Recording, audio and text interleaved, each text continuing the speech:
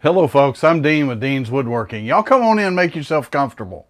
Today, we're going to do some end grain turning. As a matter of fact, we're going to attempt to make an end grain bowl with this new tool that I just made. A lot of you have probably seen the video of me making this. We made the handle in one video, we made the tool in another video, and the tip on it is a 3/8 double end ball mill. So again, we haven't used this. We're going to learn together and see if we can make this thing work, okay? Stay tuned.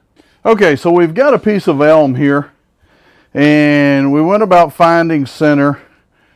These little plastic deals can come in real handy, and as you can tell, I don't use this one a lot. It's kind of dusty, but they are real handy when you need them. You can just lay it down, kind of move it around till you get where you think is center. Put you a mark, and then what we're going to do is we're going to drill a hole here right on that mark, and we're going to use a worm screw to get this all started with, okay? So we'll go ahead and get that worm screw set in our chuck here. Just about every chuck comes with one of these, and if you haven't used it, you really should explore the possibilities and try using it. It can be a great way to hold some wood on a lathe. So what we're going to do is going to put this up here and literally thread it onto the chuck.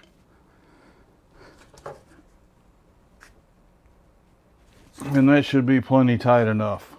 I really like to bring the tailstock up anytime I can. It's just that little extra safety factor. And so this one, you can see the bark is chipping off on that. So I'm going to take just a minute and I'm going to knock some of this bark off so we don't end up with a bunch of it flying up in our face, okay? Okay folks, I'm back. I've got the bark off and we're going to get started turning on this thing. Pretty gnarly log. It's mostly dried out. It's been out there for probably a year. So let's go ahead and see what we can do with it. First, we're going to start off. I'm going to turn the outside and get a bowl shape, and we will go from there, okay? We're turning somewhere right around 500 RPMs. We're going to go ahead and just start working this thing down.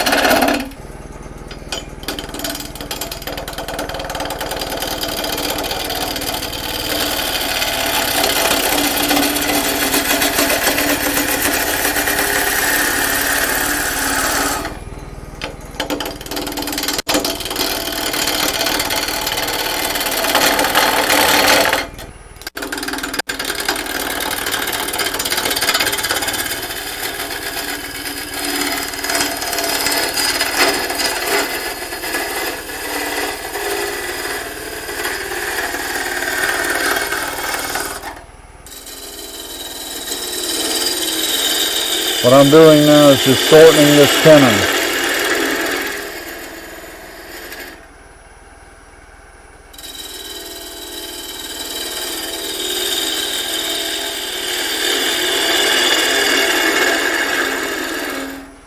Some of you folks may not be real comfortable marking these tenons with the dividers.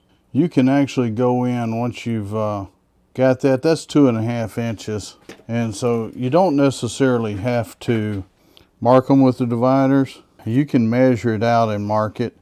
If you are going to do it with the dividers, be very, very careful. You just don't ever want to let that far side catch, because it'll toss it right back up at you. So we're going to go ahead and adjust that size there.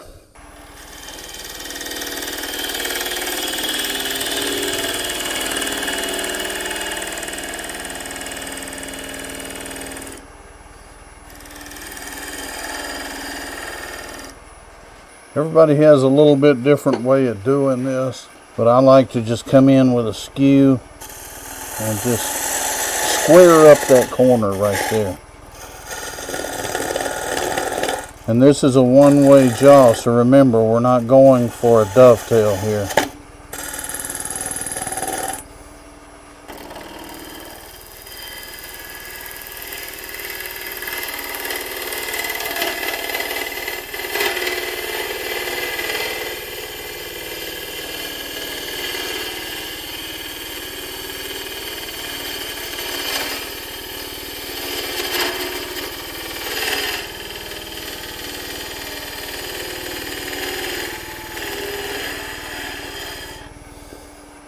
Okay folks, I'm going to do some sanding on this thing, and while I'm doing the sanding, why don't you guys go ahead and go down and hit the like and subscribe button.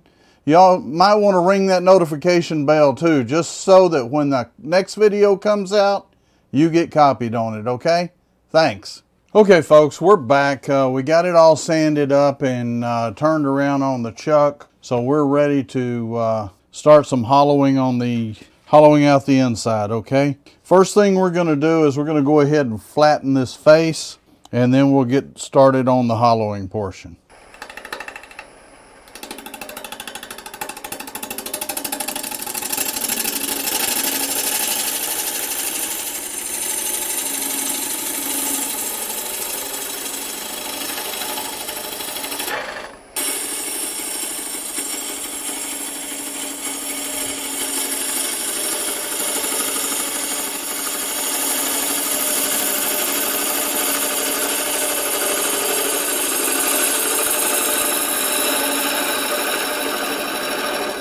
Okay, we got that face pretty flat there.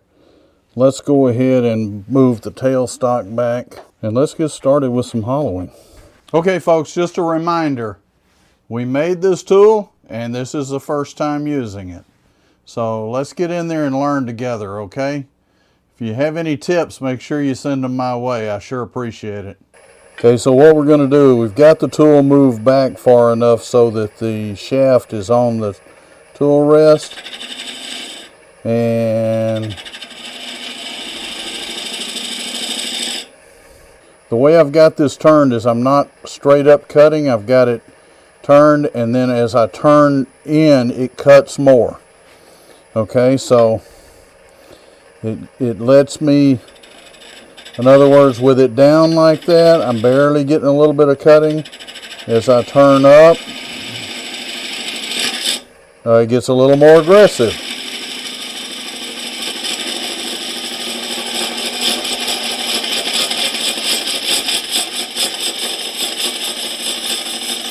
Okay, so it's,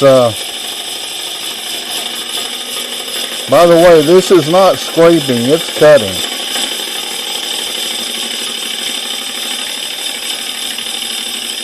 As you can see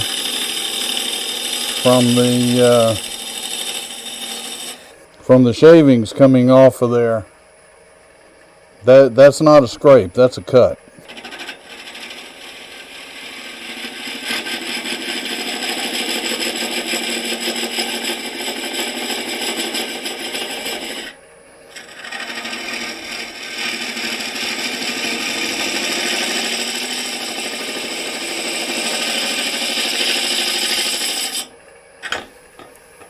Okay, and if you stick it in there too far, see it grabbed?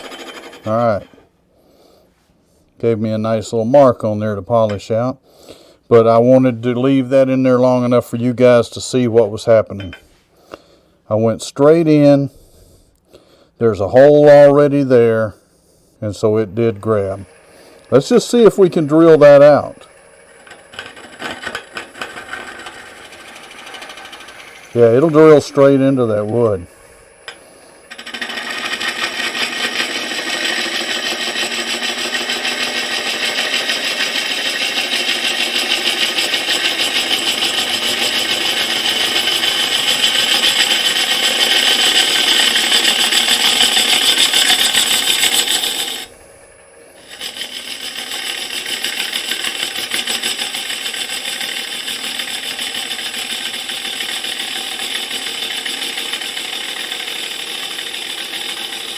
And again, I'm not putting a lot of pressure on it, I'm just letting it cut.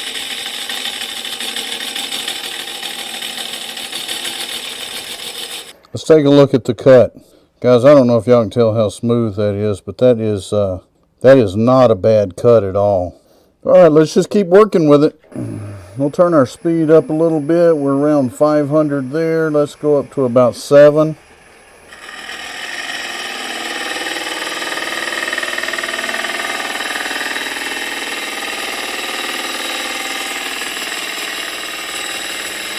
And one of the reasons I wanted to do a bowl is so you guys could see these cuts.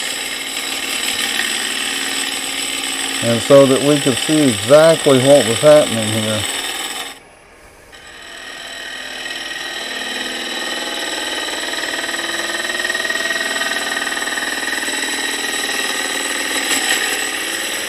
Okay, as I turned it, you saw it started getting a little grabby there.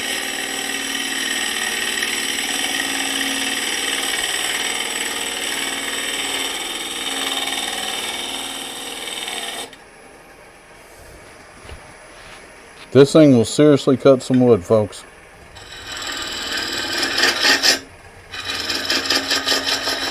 Again, you got to get used to where to turn that, because if you turn it too far,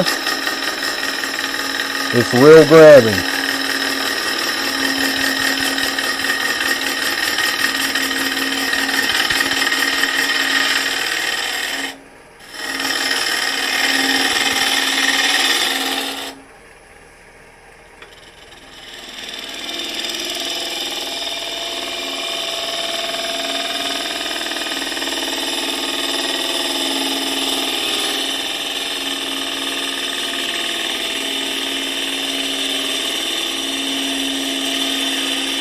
Just a little bit of the turn of the wrist changes how aggressive that thing is.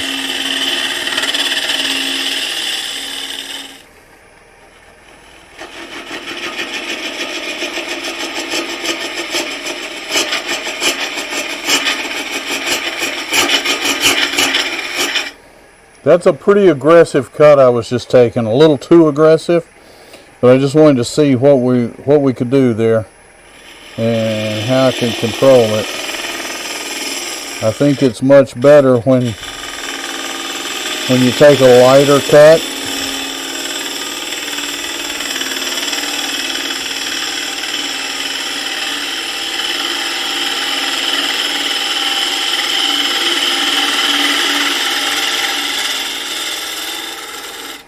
It's pretty smooth there, guys. Pretty doggone smooth.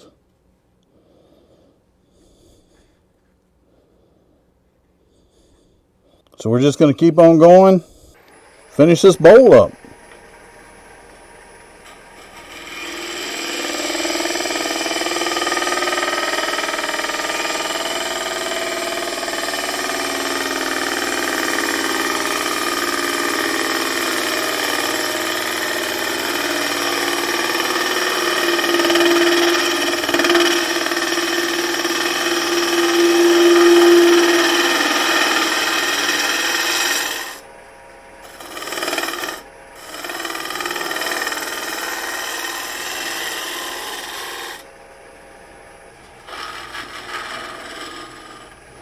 One other thing to remember, folks, is we're cutting into end grain.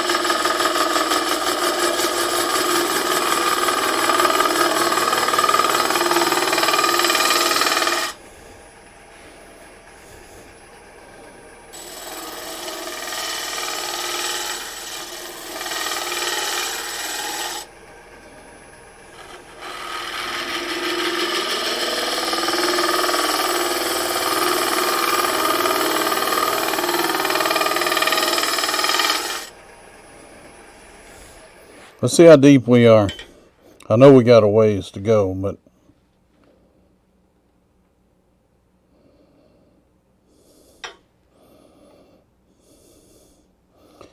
yeah, we got another inch or so to go.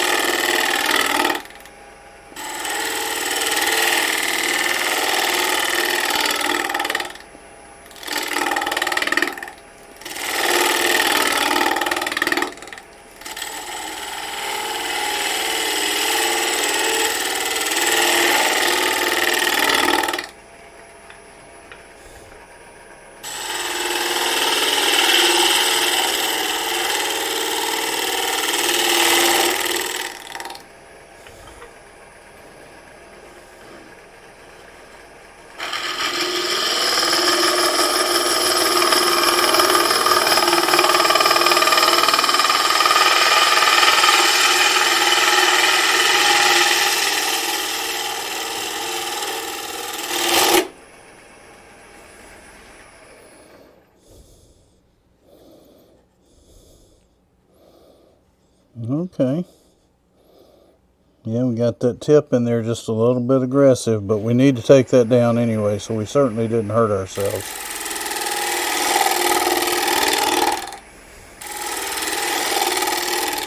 I want to thin this out a little bit, so I'm going to go ahead and take a 1/2 inch bowl gouge, and I'm going to thin that down just a little bit.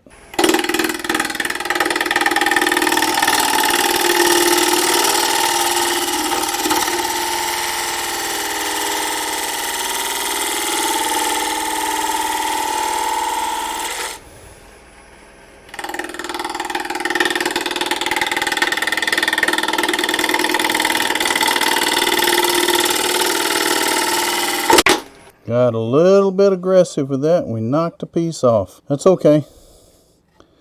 We're good. We'll smooth that out. Everybody but us will think it's the way it's supposed to be.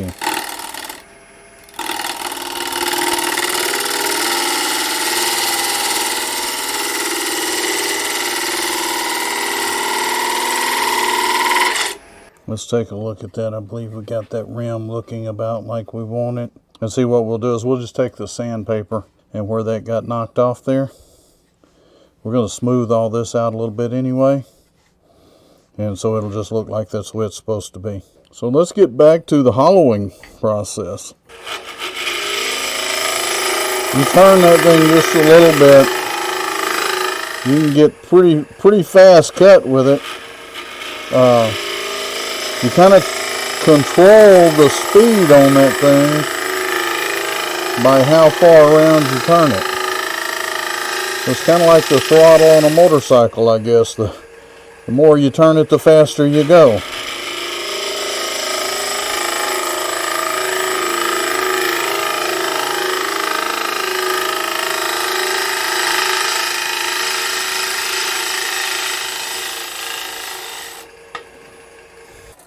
That wall is just about a perfect 1/4 of an inch all the way down. We can still take out some more in the bottom. We need to, and we're going to do that.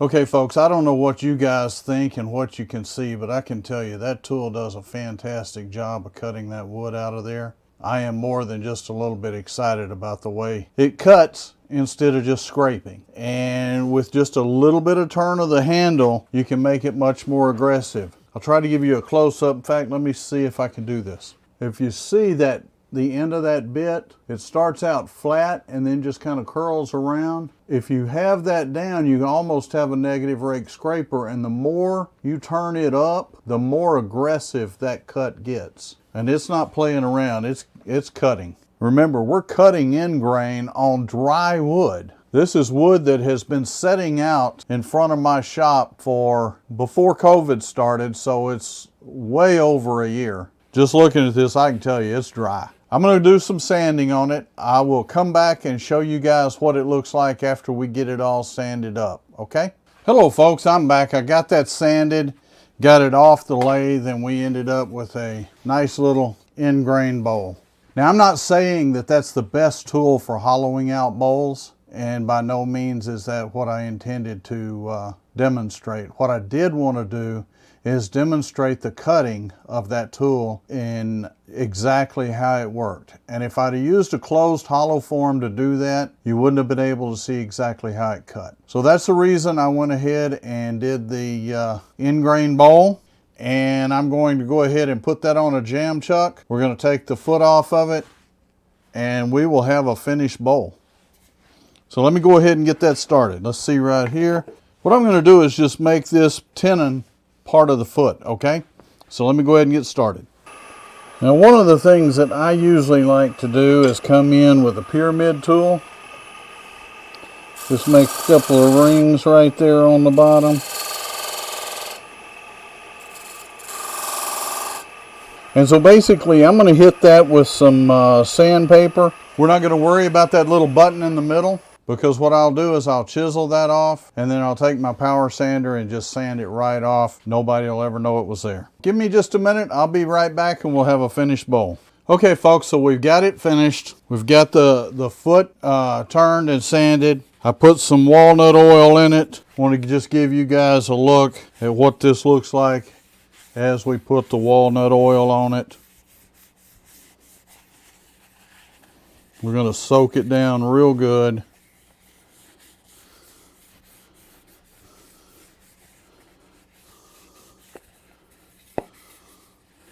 I don't know how many of you use walnut oil. I use it for almost all of my bowls that don't have bark on them.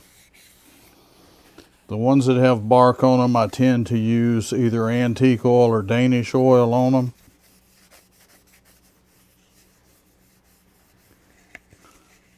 But that oil really makes the color in that wood pop.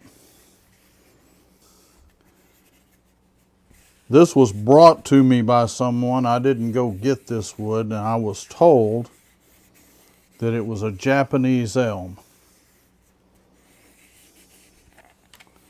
It does have some beautiful color in it. It's a little shiny right now because the oil is fresh on there. But as it dries, it will the oil will soak into the bowl and we'll get a nice satin finish. Folks, I think we've proved a couple of things. One, that tool does work for hollowing, and I really appreciate you folks watching. Hopefully you've seen the video where I did the handle, and then the other video where I did the tool itself, and now we use that tool to make a bowl. Just want to say thank you for watching. Stay safe, stay healthy, and happy turning.